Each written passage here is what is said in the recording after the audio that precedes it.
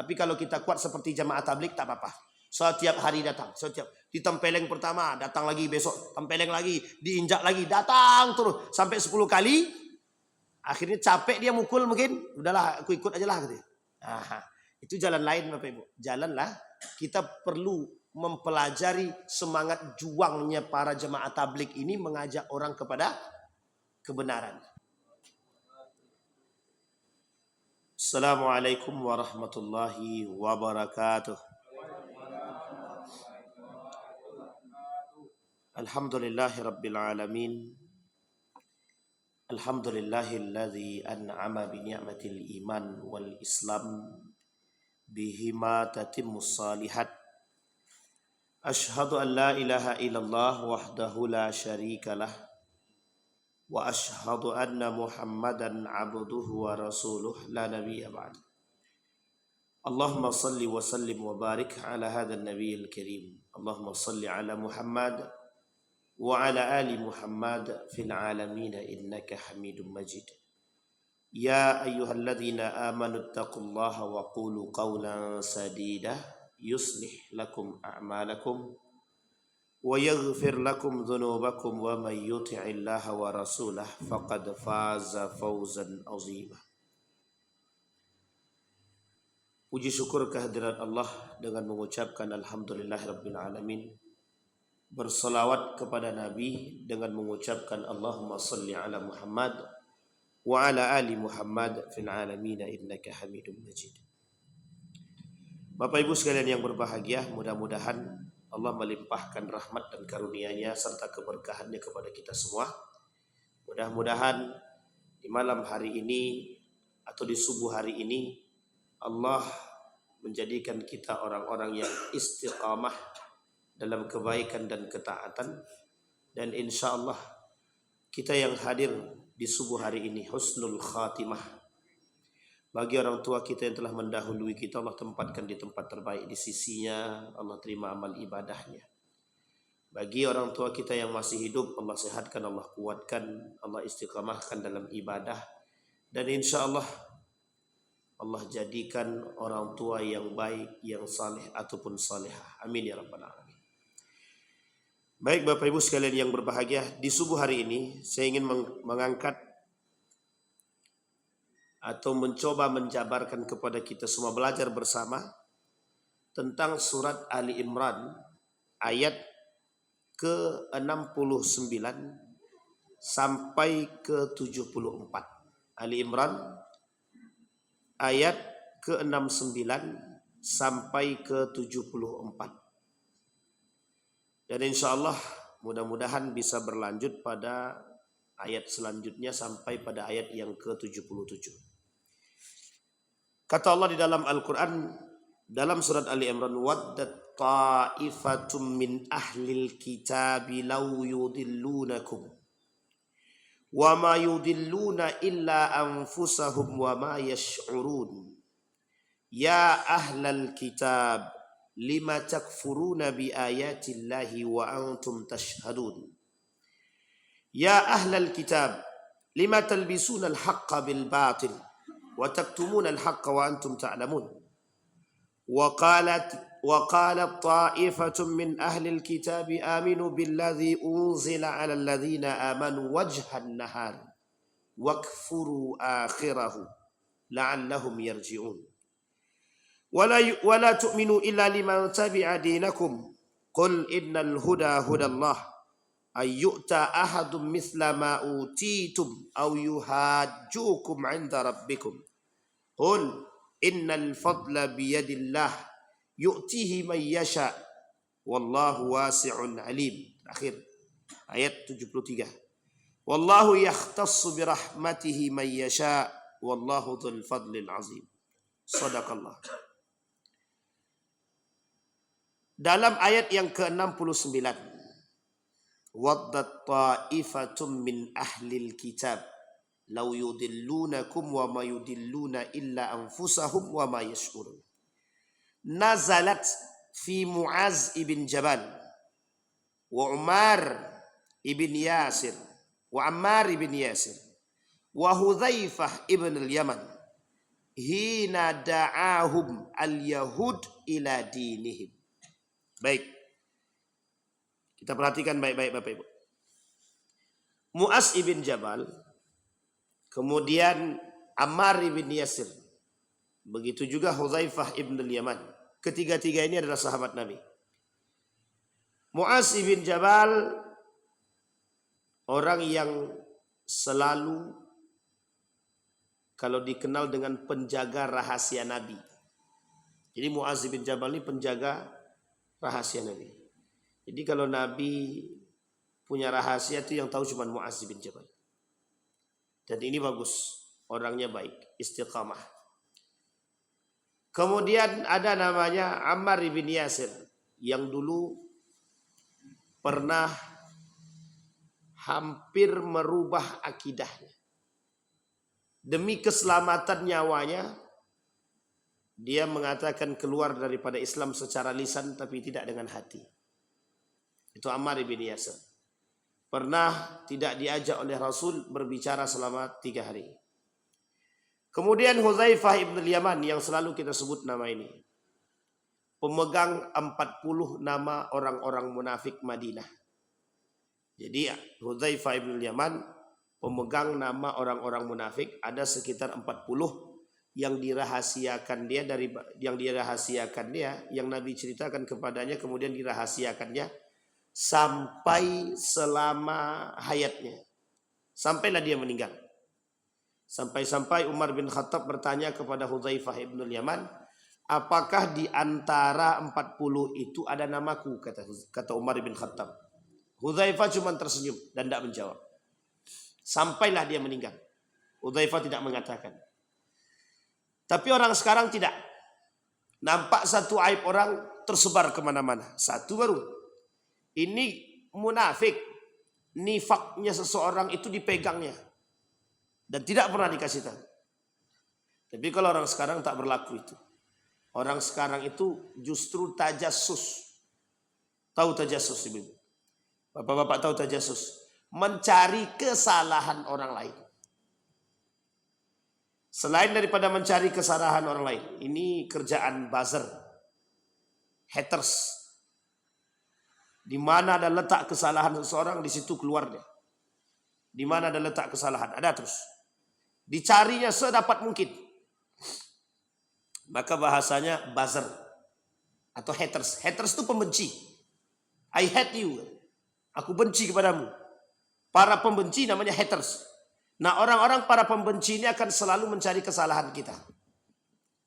Jadi Bapak Ibu, kalau Bapak Ibu ada orang duduk dengan Bapak Ibu yang menceritakan akan orang lain, dia benci terhadap si A dan dia ceritakan kepada kita, tinggal tunggu saja kapan jadwal kita diceritakan kepada orang lain.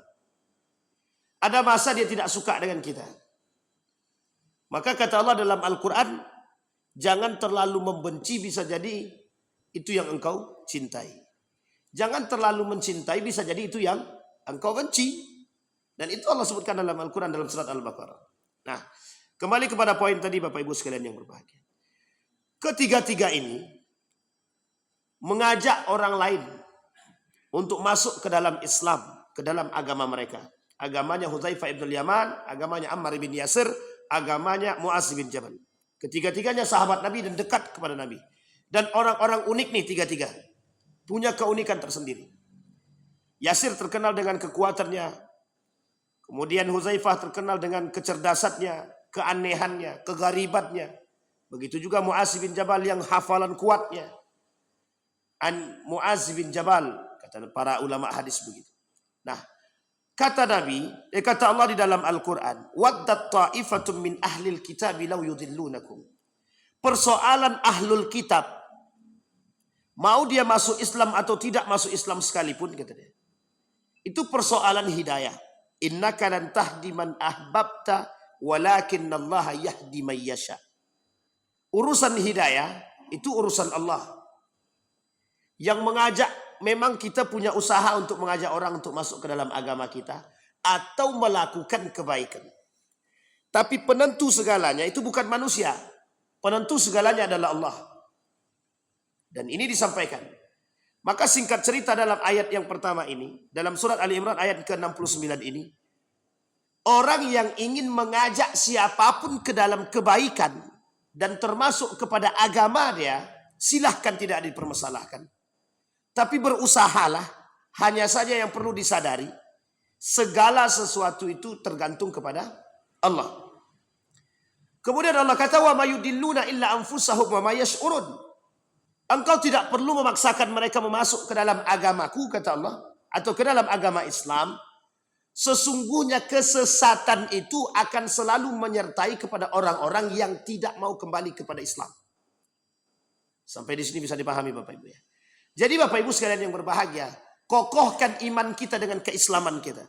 Innad dina indallahil Islam. Agama yang paling benar itu, ini saya kasih tahu Bapak Ibu, agama yang paling benar dan satu-satunya yang benar kata Zainuddin MZ itu cuma Islam, tidak ada agama yang lain. Sehingga mengokohkan diri, mengistiqamahkan diri, berpegang teguh betul, qabduddin, berpegang kuat dengan agama, itu adalah fitrah kita sebagai umat muslim. Fitrah kita sebagai umat manusia. Jadi berislam ini kewajiban, fitrah, bukan pilihan. Kalau di negara kita, memilih agama itu haknya masing-masing. Dan diatur oleh undang-undang. Diberikan kebebasan dalam memeluk agama sesuai dengan kepercayaan masing-masing. Tapi di dalam Islam fitrahnya manusia itu Islam. Tapi bagi kaum orang-orang liberal, fitrahnya manusia beragama. Fitrahnya manusia beragama. Tapi sebenarnya fitrah manusia itu beragama Islam. Bukan agama yang lain. Fa'aqim wajhaka lid-din. Fitratallaha fataran nasa alaihi. Tapi kata Allah, orang ahlul kitab ini tidak akan sadar. Tidak akan sadar. Bahkan uniknya lagi, mereka menyadari kesesatan, tapi mereka tidak mau menerima. Nah, bahasa lainnya adalah, orang-orang seperti ini, orang yang menolak kebenaran. Bapak Ibu, Islam ini benar apa tak benar? Ibu-ibu, Islam ini benar apa tidak? Benar. Serius ibu-ibu, benar apa tidak? Islam ini satu-satunya agama yang paling benar. Kalau paling benar berarti masih ada yang benar yang lain, Pak Ustaz. Satu-satunya agama yang benar. Kalau ada bahasa paling benar, tapi satu-satunya agama yang benar. Kemudian ayat selanjutnya, ya ahlal kitab lima takfurun, kata Allah. Allah berbicara dengan ahlul kitab ini, saya artikan terlebih dahulu. Hei ahlul kitab, nanti kita cari tahu siapa ahlul kitab itu. Lima takfuru nabi ayatillah. Kenapa kalian mengingkari? Kenapa kalian kufur? Kenapa kalian menutupi diri kalian daripada kebenaran ayat-ayat Allah, tanda-tanda kekuasaan Allah? Wa antum tashhadun. Sementara kalian menyaksikan. Kita ambillah yang paling nampak sekali. Paman baginda Nabi Muhammad SAW. Abu Talib. Yang menyaksikan, yang mengetahui kebenaran itu semua. Nabi Saleh dengan ontanya. Nabi Saleh dengan ontanya. Ketika Nabi Saleh dengan ontanya begitu menyaksikannya orang-orang Bani Israel diberikan keajaiban yang meminta, jika engkau berikan keajaiban niscaya kami akan masuk dan mengikuti agamamu, kata mereka kepada Nabi Saleh. Ditunjukkan oleh Allah, diberikan kekuasaan oleh Allah kepada Nabi Saleh. Ketika batu terpecah, keluarlah onta betina. Dan onta ini menjadi satu mukjizat yang Allah berikan kepada Nabi Saleh. Disaksikan oleh Bani Israel. Ketika Bani Israel menyaksikan dengan baik dan benar, sebagian di antara mereka beriman kepada Allah, sebagian lagi membunuh unta tersebut. Apa tujuan mereka membunuhnya? Kami bunuh ini menghilangkan jejak kemuliaan Allah, menghilangkan kemukjizatan Nabi Saleh, menghilangkan keajaiban yang bisa mengajak orang kepada agamanya Saleh atau Tuhannya Saleh. Dari sini sudah bisa dipahami karakternya Bapak Ibu. Karakter pertama, Mereka membantah dan membangkang. Ini masih mending. Tapi karakter yang kedua, mereka melakukan kezaliman. Selain daripada membantah kebenaran kafir atau kufur, yang kedua mereka melakukan kezaliman. Kepada siapa? Kepada Tuhan, kepada Allah, kepada Nabi Saleh, dan membunuh unta binatang yang tidak berdosa.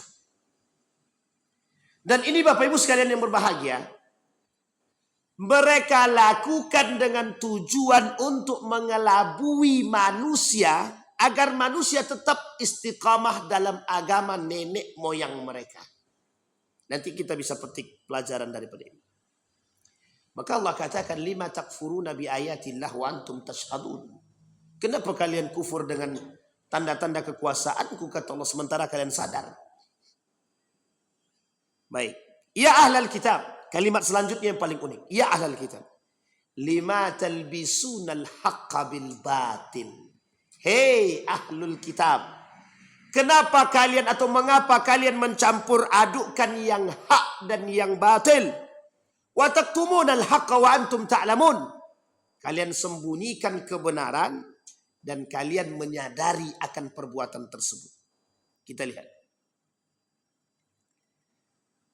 Pada ayat yang ke-72 kata Allah, wa qalat ta'ifatun min ahlil kitabi aminu billadzi unzila 'alal ladzina amanu wajhan nahar waqfuru akhirahu la'allahum yarji'un, kata Allah.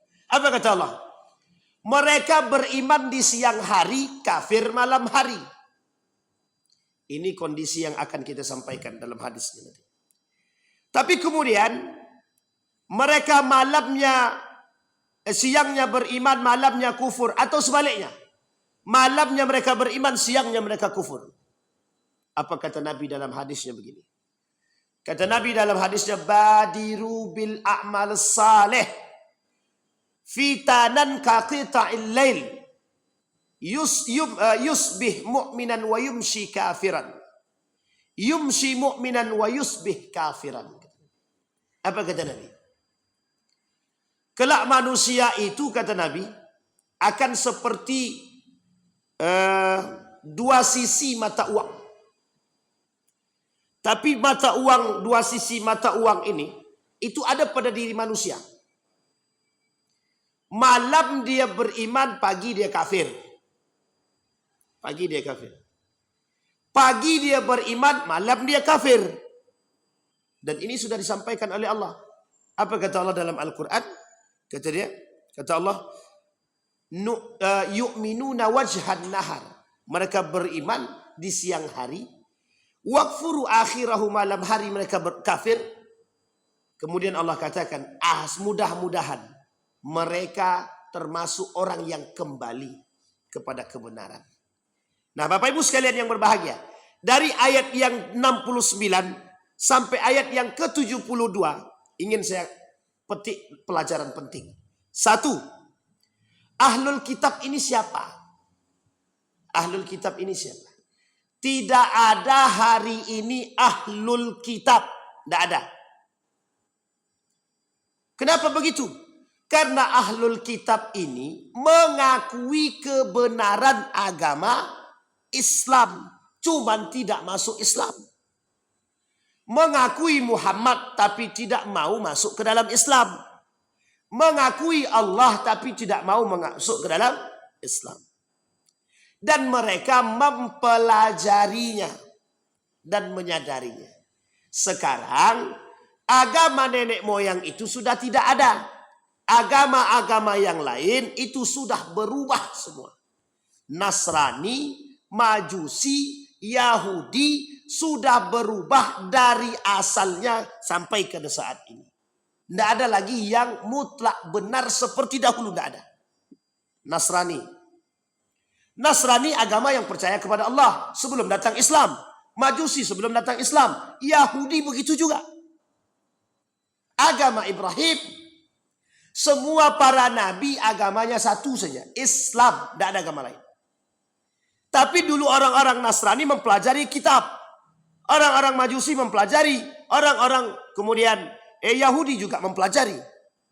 Ada kitab Taurat, Zabur, dan Injil. Ketiga-tiga kitab ini sudah tidak ada yang sesuai dengan yang dahulu. Tidak ada lagi. Maka kalau dulu berisikan tentang tauhid kepada Allah, turunnya Al-Quran itu salah satu alasannya adalah melengkapi semua kitab-kitab yang lain. Zabur, Injil, Taurat itu disempurnakan oleh Al-Quran. Sampai di sini bisa dipahami Bapak Ibu. Jadi tidak ada ahlul kitab. Berarti siapa ahlul kitab itu Pak Ustaz? Yang mengerti tentang isi yang benar daripada kitab tiga tadi. Zabur, Injil, Taurat. Berarti kalau yang sekarang Pak Ustaz, orang-orang Nasrani yang sekarang tidak dikatakan ahlul kitab. Dalam Al-Quran, bagi laki-laki muslim itu dibenarkan menikah dengan wanita ahlul kitab. Wanita ahlul kitab. Sekarang tidak ada wanita ahlul kitab. Inilah yang dijadikan alasan oleh orang-orang tersebut yang sekarang ada dalam bentuk liberal itu. Mereka katakan Islam membenarkan kok. Tapi kok sekarang nggak boleh? Ada apa? Apa kata mereka alasannya? Dulu umat muslim sedikit. Sekarang umat muslim sudah banyak. Makanya dilarang nikah. Cukuplah nikah dengan umat muslim aja. Tidak perlu nikah dengan orang kafir. Kata mereka. Ini tuduhan yang tidak benar. Bukan itu Pak. Ini persoalan nih. Jadi kita perlu paham dulu ahlul kitab itu siapa. Sehingga kita bersadar. Kenapa pelarangan menikah dengan ahlul kitab yang sekarang tidak sama dengan yang dahulu. Karena yang sekarang ini bukan ahlul kitab. Ahlul kitab yang sebenarnya mengerti akan kebenaran. Hanya saja mereka tidak masuk ke dalam Islam. Tapi mereka tetap berpedoman kepada nenek moyang mereka. Nah, itu yang pertama. Yang kedua, kesadaran Allah atas orang-orang kafir. Bani Israel, kafir Quraisy. Akan ingkarnya mereka terhadap kekuasaan Allah. Hari ini kita lihat. Uniknya, orang ini jelas kekafirannya. Sekarang tidak Pak. Umat muslim yang menentang Allah. Yang kufur kepada Allah. Apa bentuk kekufuran mereka? Mereka melakukan kemungkaran di muka bumi ini. Allah sebutkan dalam Al-Quran. Apa kata Allah? Jangan kalian melakukan kerusakan di muka bumi ini ba'da islahiha. Wala tufsidu fil ardi ba'da islahiha. Jangan kalian melakukan kerusakan di muka bumi ini setelah baik. Kita lihat kasusnya. Pagar laut itu merusak. Merusak citra kesejahteraan. Sama Pak, persoalan korupsi itu merusak. Tapi ingat, yang merusak siapa? Manusia atau Allah? Apa kata Allah? Kerusakan di muka bumi ini itu disebabkan oleh ulah tangan manusia itu sendiri. Jadi Bapak Ibu uniknya begini. Mereka yang melakukan kerusakan, kita yang kena. Kita yang berimbas. Kita ambil contoh yang lain. Kita ambil contoh. Ini ilustrasi. Dalam satu rumah, satu keluarga, satu orang yang melakukan kerusakan, kira-kira yang lain kena nggak? Oleh anak tadi, dipotongnya tiang rumah tuh. Ada 4, anggaplah ada 4 itu. Dipotongnya 4. Kira-kira orang yang 7 orang dalam satu rumah nih kena semua gak? Kena Pak. Sekarang pertanyaannya, ada nggak di antara 7 nih yang baik? Yang baik ada. Tapi kenapa kok ikut kena juga? Sampai di sini paham? Karena ketika anak itu memotong tiang itu tidak ada yang mengingatkan. Tidak ada yang melawan. Ketika anak tadi yang memotong tiang tidak ada yang melawan, tidak berani melawan, apa yang terjadi? Kita terima. Kita ikut kena. Sampai di sini bisa dipahami. Ini wujud pengingkaran terhadap kekuasaan Allah. Kemungkaran yang terjadi itu gara-gara mereka mengingkari syariat Allah, mengingkari kewajiban dia kepada Allah. Ini poin penting, Pak. Dan ini sudah Allah sebutkan. Ayat ini bukan untuk kafir Quraisy. Ayat ini bukan hanya untuk orang Bani Israel, tapi juga untuk kita. Karena hari ini saking banyaknya umat muslim yang melakukan penentangan kepada Allah, umat muslim. Coba bayangkan. Kalau dulu orang membunuh manusia itu bagaimana caranya? Ambil pedang, sayat lehernya, selesai, Pak. Mati. Sekarang tidak. Ambil hartanya, jarah dia, mati perlahan. Lebih sakit mana? Lebih sakit mana? Orang yang tidak makan mengemis dari ujung ke ujung jalan, tidak ada satupun yang perhatian. Pada hakikatnya tiba-tiba ditemukan mayat meninggal. Lebih sakit mana? Mati langsung ditusuk atau tersiksa dulu dengan keadaan? Sampai di sini sebenarnya sakit semua, Pak. Yang namanya mati sakit. Kecuali matinya orang beriman. Allah tutup rasa sakit itu. Allah tutup. Orang beriman itu Allah tutup rasa sakitnya. Jadi Bapak Ibu sekalian yang berbahagia, kenapa ini kita katakan? Dr. Mustafa Umar mengatakan kepada saya pribadi, apatisme dan pragmatisme umat manusia hari ini terhadap kemungkaran, itulah yang menyebabkan kenapa kita harus merasakan rasa sakitnya. Sampai di sini bisa dipahami Bapak Ibu ya. Jadi kalau kita melihat kemungkaran kita diam, kita sakit. Dan kita harus siap imbas daripada kemungkaran yang dibuat oleh mereka. Maka dari sekarang Bapak Ibu, sedikit demi sedikit. Harus. Saya ceritakan sama beliau, Ustaz, capek rasanya berkeliling, menyampaikan tentang kemungkaran ini. Tapi yang ikut tidak ada. Apa jawaban beliau? Ini motivasi terbaik. Apa kata beliau? Yang kau buat hari ini, belum tentu 20 tahun yang akan datang kau petik. Tapi yakinlah yang kau buat hari ini 30 tahun yang akan datang generasi selanjutnya akan mengingat. Ini pentingnya Pak. Ini penting. Apa yang dibuat hari ini? Berani kita menentang kemungkaran hari ini akan menjadi pengingat bagi mereka kelak. Termasuk generasi kita. Apa maksudnya? Kita telah menularkan generasi-generasi pemberani Pak. Kalau kita tak berani, ya berarti kehancuran semakin nampak. Harus bersiap dengan segala kondisi. Apa kata Allah? Ini Bapak Ibu sekalian yang berbahagia. Terjadi. Hari ini kita rasakan. Dan mereka-mereka tersebut tidak merasa telah membunuh manusia. Tidak merasa telah membunuh manusia. Coba Bapak Ibu bayangkan. Kalaulah 1 triliun saja bisa menghidupkan 1000 orang. 1000 orang. Apatah lagi kalau 900 triliun. Berarti berapa banyak yang akan mereka hidupkan? 1 T 1000. Kalau 900 kali 1000. Berarti 900. Itu kalau apa? Kalau satu tempat Pak. Bayangkan. Begitulah mudahnya mereka memandang begitu rendahnya hajat hidup orang. Kita dipaksakan dengan segala bentuk, segala macam apapun. Kerusuhan, kezoliman. Mereka yang buat, kita yang rasakan. Maka Bapak Ibu sekalian yang berbahagia. Kenapa kita terus diberikan oleh Allah. Mohon maaf ya. Masalah, banjir, kebakaran, gunung meletus. Dan lain sebagainya yang tak habis-habis. Itu harusnya kita introspeksi diri. Harusnya kita introspeksi diri. Ada kata guru kami itu. Baldatun thayyibatun wa rabbun ghafur. Negara yang penuh keberkahan. Sedikit dia tak mengeluh, banyak dia bersyukur. Sedikit dia tak mengeluh, banyak dia bersyukur. Kalau diberikan sedikit, dia tetap bersyukur. Dia tak mengeluh. Diberikan banyak, dia justru malah lebih semakin bersyukur. Nah ini Bapak Ibu sekalian yang berbahagia. Sekarang enggak begitu. Dikasih sedikit, makin rakus nih Pak. Jadi penyakit kita hari ini, kerusakan yang paling terjadi, yang paling nampak hari ini, itu disebabkan karena kerakusan itu. Rakusnya manusia terhadap dunia hari ini menyebabkan yang lain dapat imbas. Kalau persoalan pada diri dia, tak ada salah. Uruslah dia sendiri. Tapi ini berimbas kepada yang lain. Coba apa imbasnya?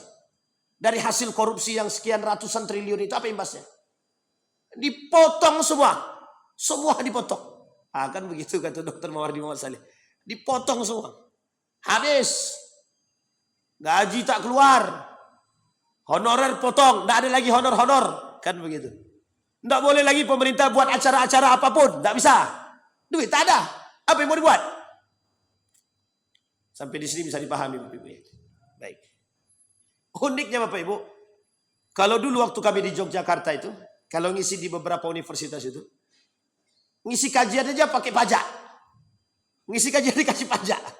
Itu masih ingat betul itu. Ustaz tolong tanda tangan Ustaznya. Apa ini? Ini tanda tangan pelaporan Pak Ustaz. Ada pajaknya soalnya. Saya bilang ketawa saya Pak.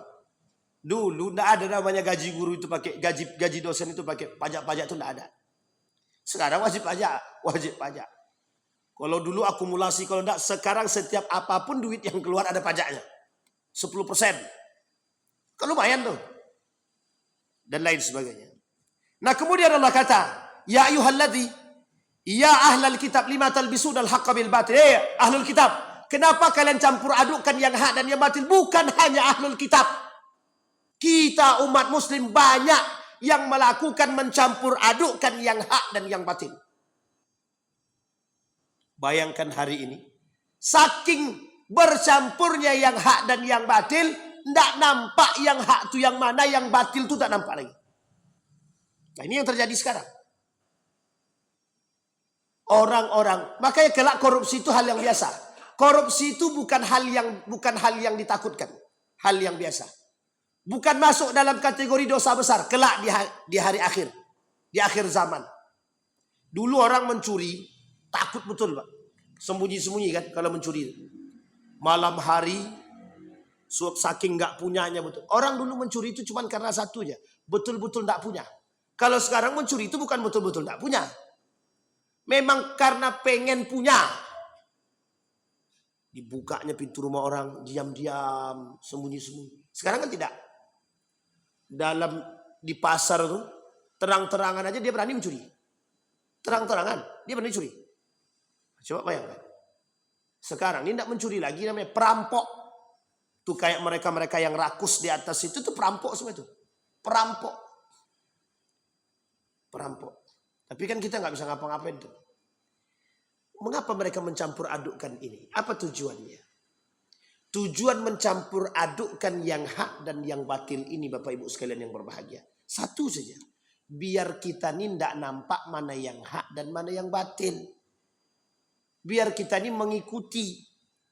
Yang kita ikuti itu kita tidak sadar apakah yang hak, apakah yang batil. Kita tidak nampak lagi sekarang. Bukti nyatanya apa? Bukti nyatanya. Ada orang mengatakan suap itu haram, tapi dia menerima suap. Ada orang yang mengatakan pacaran itu haram, tapi dia pacaran. Uniknya itu lebih berbahaya itu Pak. Uniknya lagi, yang lebih berbahaya lagi, dia katakan itu tidak haram. Yang tadi saja sudah sangat haramnya, apalagi yang sekarang. Sampai di sini paham? Dia mengatakan suap itu haram tapi dia terima. Dia katakan korupsi itu salah tapi dia lakukan. Dia katakan pacaran bergandengan tangan berduaan dengan laki-laki berzina itu haram tapi dia perbuat. Yang uniknya lagi, yang paling berbahaya lagi, yang masuk dalam kategori talbis, mencampur adukkan tadi atau ibtilas. Apa yang mana? Yang mereka katakan zina itu tidak zina, suap itu tidak suap, pacaran itu tidak haram, korupsi itu tidak salah, menzolimi orang itu baik. Sekarang saya tanya sama Bapak Ibu, kalau seperti ini frame-nya, kacamata kita, di mana nampak kesalahan lagi? Makanya tidak lagi ada keseimbangan. Kalau keseimbangan ini sudah tidak ada, maka mulai goyang. Kalau sudah goyang, tanda kiamat. Maka itu yang disebut oleh Nabi. Goyang semua, hancur semua. Sampai di sini paham Bapak Ibu.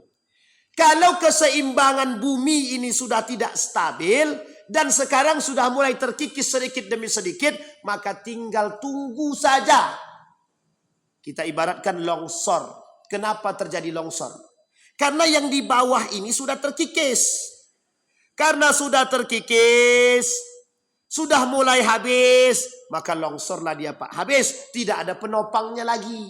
Tidak ada yang bisa menjadi tiangnya lagi. Sama, ibarat rumah ini sudah tidak, masjid ini sudah tidak ada tiang, kira-kira hancur apa tidak?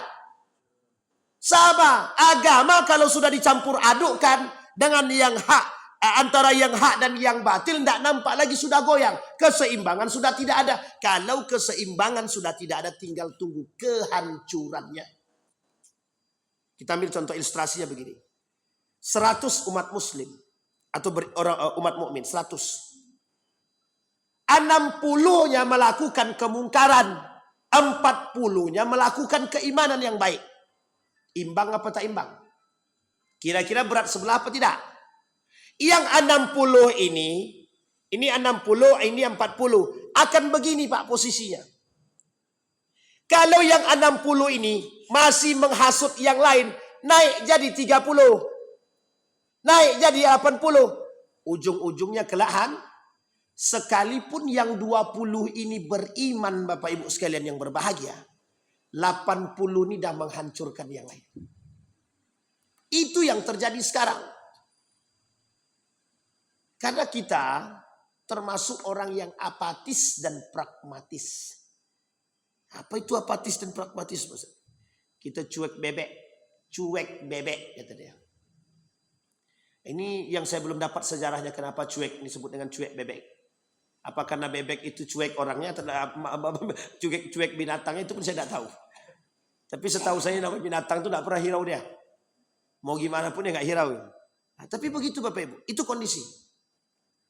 Orang melakukan kemaksiatan, kemungkaran, penipuan segala macam, kita biasa aja kok. Karena kita tidak berani. Nah, ini Bapak Ibu, kenapa saya harus sampaikan ini? Karena biar semangat kita naik lagi Pak, untuk tetap istiqomah dalam kebenaran itu. Berani mengatakan kebenaran, tidak takut Pak dengan yang lain itu. Andaklah Ustaz, nanti kalau aku kasih tahu keburukan dia, aku dimutasinya jauh-jauh. Jadi kita takut karena mutasi Pak. Saya sangat salut dengan kawan saya. Ketika dimutasi yang jauh, apa kata dia? Lebih baik saya keluar. Iya Pak Ustadz, dia sudah punya kebun sawit 500 hektar. Iyalah dia berani itu mundur kata dia. Bukan itu. Dia punya iman. Dia punya iman. Orang punya iman itu lisannya tidak bisa berkata yang lain selain daripada kebenaran. Orang punya iman, dia tidak akan mengatakan sesuatu yang dusta. Tidak akan. Ini penting. Seorang anak kecil, ini dalam cerita, seorang anak kecil, ketika dia bawa uang di dalam tasnya yang disembunyikan, kalau ibaratkan sekarang ini sekitar 300 juta lah. Tapi bukan 300 juta, terlalu banyak ya, 30 juta, tapi disembunyikan. Tidak kelihatan secara luar. Pandailah cara dia menaruh. Satu ketika di tengah perjalanan ada perampok penyamun. Dan ini terjadi di Timur Tengah. Penyamun tersebut memberhentikan mobil tersebut. Keluar semua. Baik tua maupun muda semua keluar. Serahkan semua barang yang kalian miliki. Semua orang menyerahkan barang. Ada yang berbohong. Tapi pas giliran anak tadi. Apa kata penyamunnya? Keluarkan semua yang kau miliki. Dikeluarkannya. Apakah cuma segini yang kau miliki? Tidak. Aku punya banyak uang. Tapi setelah dicari nggak ketemu Pak. Nggak ketemu. Tapi singkat cerita, dibawalah anak ini. Kalau kau bohong bahwa kau punya banyak uang, kami akan bunuhmu. Iya. Dibawa ketemu dengan kepala pemimpinnya. Mana barang yang kau buktikan tadi? Yang kau katakan banyak duitnya. Dalam koper ini sudah kami cari, tidak ada. Dibukalah tempat tadi, dapatlah uang sekian. Kalau kita hitung duit 30 juta lah gitu. 30 juta. Apa kata penyamun tadi? Padahal sudah tidak tahu nih. Tapi di anak ini tetap jujur. Apa jawaban? Apa kata penyamun tadi? Kenapa engkau tetap jujur? Sementara kami tidak tahu. Sementara kami tidak mengetahui di mana letaknya. Kenapa kau tetap masih jujur? Apa jawabannya? Uqsimu billah. Aku sudah berjanji dan bersumpah kepada Allah bahwa aku akan tetap jujur. Walau do'at minkal fulus, sekalipun hilang daripadamu duit. Apa jawaban anak tadi? Walau do'at minil haya, sekalipun taruhannya hidupku, kata dia. Bertaubat Pak, penyamun tadi bertobat. Bertobat. Apa kata kepala pemimpin penyamun tadi? Kembalikan semua uang orang-orang yang kita ambil hari ini. Bertobat Pak. Kita tidak tahu jalan hidayah tadi kan. Kembali kepada yang poin di atas tadi. Ketika cerita Mu'az bin Jabal. Ketika Mu'az Huzaifah ibn al-Yaman. Nabi Allah kata dalam Al-Quran. Kita tak boleh memaksa orang Pak. La ikraha fid din. Tak boleh. La ikraha fid din. Tidak ada paksaan dalam masuk agama. Tapi uniknya. Jalan hidayah itu dari tangannya Allah. Dan siapapun tergantung kepada Allah. Buktinya. Seorang anak kecil. Bisa. Hanya karena akhlak yang baik. Maksud saya adalah. Yang ingin saya sampaikan, bayangkan jika kita semua punya akhlak yang baik dan berani melakukan kejujuran dan berani menentang kesalahan itu, kira-kira mungkin tidak yang satu anak kecil saja mampu membuat orang balik. Bagaimana kalau begitu banyaknya manusia kokoh, berani berpegang teguh dengan satu kebenaran? Kira-kira ada tidak yang ikut kita? Ada tidak ikut kita? Mesti Pak. Orang sudah capek berbuat jahat, pasti cari kebenaran. Pasti cari kebaikan. Nurani manusia Bapak Ibu tidak bisa dibohongi. Capek dia melakukan kejahatan, nanti ada masanya dia datang. Kita mengejar masa itu Pak. Jangan tunggu datang masa. Tapi kita lakukan usaha untuk mengembalikan yang baik itu sebelum masa itu datang. Sampai di sini misalnya. Tapi kan itu masa kalau tidak datang masa juga nggak baik-baik. Betul. Setidaknya pertanggungjawaban di Allah sudah jelas. Ada usaha. Burung pipit dengan cicak. Ketika memberikan apa namanya? Mengambil air untuk Nabi Ibrahim. Nabi Ibrahim dibakar nih Pak. Dibakar. Burung pipit dengan paruhnya ambil air siram. Ambil air siram. Apa kata cicak tadi? Apa kata cicak? Tidak mungkin berpengaruh air yang sedikit itu. Uniknya jawabannya. Paling tidak ketika Allah tanya apa yang kau buat untuk mereka. Untuk Nabi Ibrahim. Apa yang kau buat? Aku bisa mempertanggungjawabkan. Itu yang kita maksud Pak. Hari ini kita semua berada pada posisi kemungkaran yang jelas dan nyata di hadapan kita. Kelak kalau kita tidak berbuat apa pertanggungjawaban kita di hadapan Allah. Ini penting Pak. Hidup kita semua pasti dipertanggungjawabkan. Kami ya Allah, yang penting keluarga kami selamat sudah cukup. Allah pertanggungjawabkan. Di sekelilingmu ada kemungkaran? Ada. Apa yang kau buat? Tidak ada Allah. Cuma diam aja. Kami bertahan. Uzlah diri sendiri saja. Allah pertanggungjawabkan Pak. Nanti kita pertanggungjawabkan di hadapan Allah. Kata Allah, engkau tak banyak buat. Engkau tak berbuat apa-apa. Dan engkau justru diam diri, tak berani menasihatkan. Padahal kewajiban kita Pak. Kewajiban. Menasihati kemungkaran itu hukumnya wajib. Wajib. Kami tak bisa besar-besar Pak Ustaz. Tidak apa-apa. Kita yang sedikit-sedikit saja. Karena yang besar-besar itu ada juga orangnya. Kita sampaikan. Biar mereka yang menyampaikan kepada mereka. Nah, ini penting Bapak Ibu. Nah kembali kepada poin tadi. Itu disebabkan kenapa? Talbis. Talbis. Apa maksudnya talbis tadi? Bapak Ibu tahu. Talbis itu mencampur-campurkan itu. Salah satu karakternya iblis. Itu ya talbis. Makanya ada kitab namanya Talbisul Iblis. Apa artinya Talbisul Iblis itu? Strategi iblis. Nah, jadi campur aduk antara yang hak dan yang batil itu perbuatan siapa? Iblis. Berarti kalau ada orang yang mencampur adukkan yang hak dan yang batil berarti dia? Berarti dia iblis. Ini. Tapi jangan pula panggil iblis yang suka mencampur aduk. Tak boleh. Itu tak boleh pula. Nah, kemudian lanjut Bapak Ibu. Wa qalat ta'ifatun min ahli alkitab aminu billadzi unzila 'alal ladzina amanu wajhan nahar waqfuru akhirahu la'allahum yarji'un. Orang-orang seperti ini mereka ini kita ambil contoh. Makanya bahasa ini sangat unik.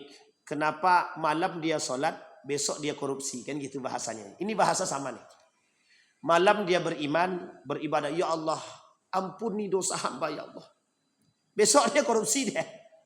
Besok dia korupsi. Nanti malam tobat lagi. Ya Allah. Besok dia ambil juga lagi hak orang lain. Sampai sini paham maksud saya Bapak Ibu? Itu kalau kelas tinggi Ustaz. Iya sama. Ya Allah. Jadikanlah hamba manusia yang paling baik di hadapanmu ya Allah. Kuatkan keimananku ya Allah. Keluar rumah gak pakai jilbab. Sama apa tidak? Keluar rumah gak pakai jilbab. Malam beriman, siang bermaksiat. Tapi manusia pasti begitu, Ustaz. Tidak mungkin manusia itu tidak bermaksiat. Iya betul. Tapi ada usaha untuk menghilangkan daripada kemaksiatan tersebut. Itu yang paling penting. Maka kata para ulama, Allah tidak butuh hasil. Allah butuhnya proses. Proses. Perjuangan kita melawan kemungkaran itu proses. Meski nanti hasilnya kita tidak tahu, itu tidak urusan. Allah butuhnya proses, bukan hasil. Seperti burung pipit tadi. Allah sekecil apapun yang kita buat, pasti Allah perhitungkan. Itu pasti Pak. Pasti. Seperti misalkan Masjid Jamiatul Zahidin. Tujuannya ingin terus bersuara tentang kebenaran. Sampai akhir hayat misalkan. Kalau itu terjadi Bapak Ibu sekalian yang berbahagia, yakinlah semua jamaah yang hadir ini menjadi saksi kelak di hari kiamat. Masjid Jamiatul Zahidin pengurusnya sudah melakukan perbuatan yang baik. Itu semua jamaah yang bersaksi nanti. Betul ya Allah. Itu yang dilakukan oleh mereka. Kami menyaksikan dan kami bagian daripada itu. Selesai. Enak kita Pak. Tidak perlu susah-susah. Masuk surga. Azwardi masuk surga. Kan enak. Esok dah masuk dia baru panggilnya kita. Ada si anu tu. Tukang rekam tu namanya Mukhlis Didin. Ya Allah, masuklah kali. Tapi kalau tukang rekam tu tidak ada buat apa-apa, ya Allah, pindahkan lagi. Katanya. Sampai di sini bisa dipahami Bapak Ibu ya. Jadi Allah sudah katakan, ini karakter Bapak Ibu. Karakter orang kafir Quraisy. Karakternya Bani Israel. Kita sekarang ini mengikuti karakter mereka. Manusia hari ini itu mengikuti karakternya kafir Quraisy. Karakternya orang-orang Bani Israel. Pembangkang, pembantah, mereka tidak beriman, kadang tidak beriman. Kapan mereka pengen beriman, beriman. Kapan mereka tidak pengen beriman, mereka tidak beriman. Nah, inilah persoalan kita hari ini Bapak. Baik, lanjut dengan ayat yang tadi. Bahkan Allah masih mengatakan semoga mereka bisa kembali kepada jalan yang benar. Wala tu'minu illa liman tabi'a dinakum. Qul innal huda hudallah ayyu'ta ahadum mithla ma utitum aw yuhajjukum 'inda rabbikum. Apa kata Allah? Karakternya orang-orang di antara kalian cuma dua. Yang tetap istiqamah beriman atau mereka akan membantahmu, yuhajjukum kata Allah. Bahkan membantah Tuhanmu. Bahkan membantah Tuhanmu. Kenapa kau tetap minum khamar? Urusan akulah. Tuhan itu tidak ada, tak nampak pun. Ini kan urusan-urusan kami. Kami mau minum, kayak mau apa, kayak terserah. Tak urusan gitu. Jangan kau campur-campur urusan kami lagi. Urusan agama tidak bisa begitu. Urusan agama tidak bisa. Tidak ada namanya urusan agama wajib dicampuri. Kalau orang itu sudah menyeleweng daripada agama. Wajib kita campuri. Ya setidaknya mencampuri pada persoalan untuk menyampaikan kebenaran dan menasehati. Setelah itu dia mau terima atau tidak terima, tidak usah. Tapi kalau kita kuat seperti jamaah tabligh tak apa-apa. Setiap hari datang, ditempeleng pertama, datang lagi besok, tempeleng lagi, diinjak lagi, datang terus sampai 10 kali. Akhirnya capek dia mukul mungkin, udahlah aku ikut aja lah gitu. Itu jalan lain Bapak Ibu. Jalanlah kita perlu mempelajari semangat juangnya para jemaah tabligh ini mengajak orang kepada kebenaran. Sekarang ini Bapak Ibu, kenapa saya katakan kita ini perlu mempelajari semangat juang itu. Kepada siapa? Dari jemaah tabligh tadi Pak. Yang kurang dari kita itu, yang hilang dari kita itu. Saya yakinnya ibu-ibu kalau udah mengajak kawannya sekali aja selesai. Dia tak mau diajak. Ngapain diajak lagi? Akan begitu. Sama Pak, bukan hanya ibu-ibu saja, kita juga begitu. Tapi coba jemaah tabligh. Sekali mengajak, ditolak, semakin kuat dia datang. 2 kali ngajak, ditolak nih, makin datang dia. Sampai berkali-kali. Sampai orang itu mau ikut. Nah yang seperti ini kita tak punya Pak. Yang seperti semangat juang seperti ini kita hilang sedikit-sedikit. Habis. Baik Bapak Ibu sekalian yang berbahagia. Kata Allah, au yuhajjukum 'inda rabbikum. Bahkan mereka akan menentang kalian atas nama Tuhan mereka, atas nama Tuhan kalian. Kemudian qul innal fadla biyadillah. Keutamaan itu, hidayah itu, kata Allah, hanya datang dari Allah. Yu'ti may yasha, yang Allah berikan kepada orang yang Allah kehendaki. Wallahu wasi'un alim. Apa kata Allah? Allah memiliki keluasan pengetahuan. Hanya Allah yang tahu. Kemudian kalimat penutup, yakhtassu birahmatihi may yasha wallahu dzul fadlil azim. Ini poin penting yang ingin kita garis bawahi. Yakhtassu birahmatihi. Apa maksudnya yakhtassu birahmatihi? Semoga kita yang hadir ini orang yang dikhususkan oleh Allah dalam rahmatnya. Siardi, kau pokoknya harus tetap begitu. Sekalipun lawanmu banyak, orang tak suka dengan dirimu, tapi kau tetap benar, kokohkan dirimu. Karena kelak Bapak Ibu, kawan kita sedikit. Kawan orang yang benar itu sedikit. Di akhir zaman, kawan orang benar itu sedikit. Yang banyak apa? Kaum munafik. Jadi besok Bapak Ibu, di akhir zaman, mungkin Bapak Ibu ini tak ketemu. Tapi generasi kita akan ketemu. Apa itu? Yang kecil ini, yang sedikit inilah yang jujur, yang berani berkata kebenaran, yang tetap istiqamah, yang tetap sholat, yang tetap tidak mencampur adukkan yang hak dan yang batil, tetap tidak korupsi, tetap yang sedikit ini. Yang banyak ngapain? Cari aman. Nah, yang cari aman begini, itu justru di hadapan Allah tidak aman itu. Orang-orang yang cari aman seperti ini justru di hadapan Allah tidak aman. Sangat tidak aman sekali. Kenapa tidak aman? Pertanggungjawabannya yang berat. Pertanggungjawaban berat. Maka kita ambil contoh. Misal kita ambil. Dalam satu komunitas yang ada di pasar. Kelak di akhir zaman, orang yang di pasar ini semua akan melakukan kemungkaran. Kecuali hanya segelintir manusia yang akan melakukan kejujuran. Nah, yang selamat ini yang ini. Meskipun pada hakikatnya, pada akhirnya, yang sedikit ini akan tersingkirkan. Sampai di sini bisa dipahami Bapak Ibu. Biarkan kita tersingkirkan secara alami. Karena berpegang teguh dengan kebenaran. Kenapa kita katakan biarkan? Karena yang sedikit ini, yang tersingkir ini, yang benar. Sampai di sini bisa dipahami Bapak Ibu. Sudah siap menjadi orang yang tersingkirkan? Siap Bapak Ibu menjadi orang yang tersingkirkan? Ya kalau Pak Azwardi bilang siap, ya jelas dia udah tua Pak. Kalau kami yang muda nih, berat Pak. Karena kelak generasi yang muda ini yang akan menghadapi betul-betul kemungkaran itu. Dan itu Allah katakan. Dan kata Nabi, kemungkaran itu yang akan menjadi. Maka Bapak Ibu sekalian yang berbahagia. Ada dua pernyataan para ulama. Ketika engkau ketemu dengan akhir zaman itu, kemungkaran sudah merajalela. Cuman dua yang harus engkau buat. Katanya. Beruzlah atau bertahan dengan kebenaran. Beruzlah ini pindah. Cari tempat yang baik. Cari tempat yang membuat kita. Atau cari tempat di hutan sana yang tidak ada manusia yang bisa kita berpegang teguh dengan kebenaran itu. Atau Anda tetap berada pada posisi jamaah, tapi Anda bertahan dengan keimanan Anda. Sampai di sini bisa dipahami Bapak Ibu. Seluruh orang berpolitik ini sudah rusak. Ada satu orang yang berpolitik tetap bertahan dia. Nah, ini yang paling baik. Cuma kalau tak kuat iman jangan. Kalau tak kuat iman jangan. Karena pasti goyang. Nah, itu yang menjadi persoalan kita hari ini Bapak Ibu. Ada pertanyaan Bapak Ibu? Bapak-bapak ada pertanyaan? Aman? Ini aman atau goyang? Ustaz kok mengerikan sekali.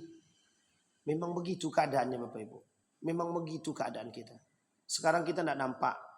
Pertamax aja dioplos. Sekarang saya tanya, Pertamax yang dioplos ada nggak yang beli? Yang melakukan siapa? Yang dapat dampaknya siapa? Pertamax dioplos. Kata kawan saya itu, Pertamax rasa Pertalite, jualnya Pertamax. Gimana bahasanya kemarin ya? Artinya itulah pokoknya. Harga jualnya Pertamax, barangnya Pertalite, tapi namanya Pertamax. Nah, kan gitu. Nama Pertamax, barang Pertalite, harga Pertamax. Gitu deh. Ini contoh pencampur aduan yang hak dan yang batil. Kenapa mereka campurkan begini? Ada yang tahu? Coba, tidak ada yang tahu kan? Kita tidak tahu semua. Tapi kita pakai kan? Kita pakai. Apa tujuannya? Untuk manipulasi. Sekarang kita lihat berapa perbedaan Pertalite dengan Pertamax. Kalau Pertalite 10.000, Pertamax itu 14.000. Jadi 14.000 berarti berapa ribu? 4.000. 4.000 kali, anggaplah dia 1.000 liter. Berarti berapa? 4.000 kali 1.000. Berapa itu? 4 juta. 4 juta satu tempat. Kalau 100 tempat, 400 juta. Kalau 1.000 liter, apa mungkin 1.000 liter? Sampai di sini bisa dipahami. Artinya, ini yang dimaksud oleh Nabi. Apapun akan mereka lakukan kalau sudah penyakit rakus itu ada. Penyakit rakus ini kita sampaikan pada kajian zuhur di sini Ahad yang lalu. Apa maksudnya? Hirsun. Rakus yang keterlaluan. Rakus yang sudah tidak ada rasa puas dan qanaah dalam diri dia. Nah, inilah yang terjadi hari ini.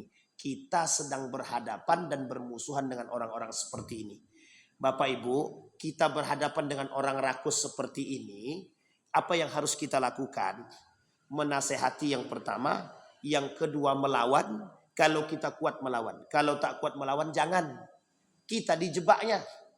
Setelah kita dijebaknya kita yang jadi. Itulah yang terjadi di atasan. Yang malingnya tangan kiri. Bosnya tangan kanan. Yang tangan kiri dapat 1 triliun. 967 triliunnya tangan kanan. Sampai di sini paham maksud saya. Jadi itu dijebak. Dan lain sebagainya. Begitulah kemungkaran jahatnya. Begitulah susahnya dan sulitnya. Dan bagaimana kita mau tahu? Wong kita tidak nampak. Kemungkaran itu tidak jelas. Subhatnya itu dah begitu. Itulah yang terjadi. Maka Bapak Ibu sekalian yang berbahagia. Tetaplah bertahan dengan kondisi kita yang hari ini. Yang kuatkan iman. Makanya kenapa Bapak Ibu sahabat itu berdoa meminta begini kepada ya Allah, doakan kepada Tuhan, kepada Allah agar kami dimatikan dan tidak ketemu dengan itu. Berarti kami boleh dong berdoa seperti itu, Ustaz. Kalau sudah nampak betul data ada lagi masjid isinya orang baik, berdoalah, tak ada masalah. Tapi masjid ini masih banyak isinya orang baik.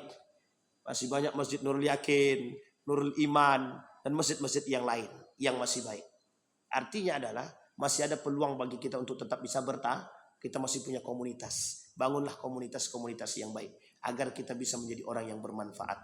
A'udzubillahi minasyaitonir rajim. Bismillahirrahmanirrahim. Alhamdulillahirabbil alamin. Hamdan syakirina hamdan naimin hamdan yuafi ni'amahu wa yukafi mazidah. Ya Rabbana lakal hamdu kama yanbaghi li jalali wajhikal karim wa 'azimi sultanik. Allahumma faqihna fid din wa 'allimna ta'wil. Allahumma a'inna ala dzikrika wa syukrika wa husni ibadatik. Allahumma ighfir lana dhunubana wa dhunuba walidina warhamhuma kama rabbayana shighara. Allahumma ij'al tajammu'ana tajammu'an marhumah waj'al tafarruqana min ba'dihi tafarruqan ma'sumah. Allahumma khtimna bi husnil khatimah wa la takhtimna illa bi husnil الخاتمة. اللهم ثبت قلوبنا بالإيمان وطهر قلوبنا بالإيمان يا رب العالمين. اللهم زكي نفوسنا يا رب. اللهم زكي نفوسنا يا أرحم الراحمين. اللهم اجعل القرآن العظيم ربيع قلوبنا ونور صدورنا وجلاء أحزاننا وذهاب همومنا وغمومنا. اللهم اغفر لهم وارحمهم وعافهم واعف عنهم وأكرم نزولهم ووسع مدخلهم واجعل الجنة مثواهم. اللهم اكفينا بحلالك عن حرامك يا رب العالمين. اللهم اكفينا بحلالك عن حرامك يا الله. اللهم جنبنا من المحرمات. اللهم جنبنا من منكرات الأخلاق. ربنا آتنا في الدنيا حسنة وفي الآخرة حسنة وقنا عذاب النار. والحمد لله رب العالمين. السلام عليكم ورحمة الله وبركاته.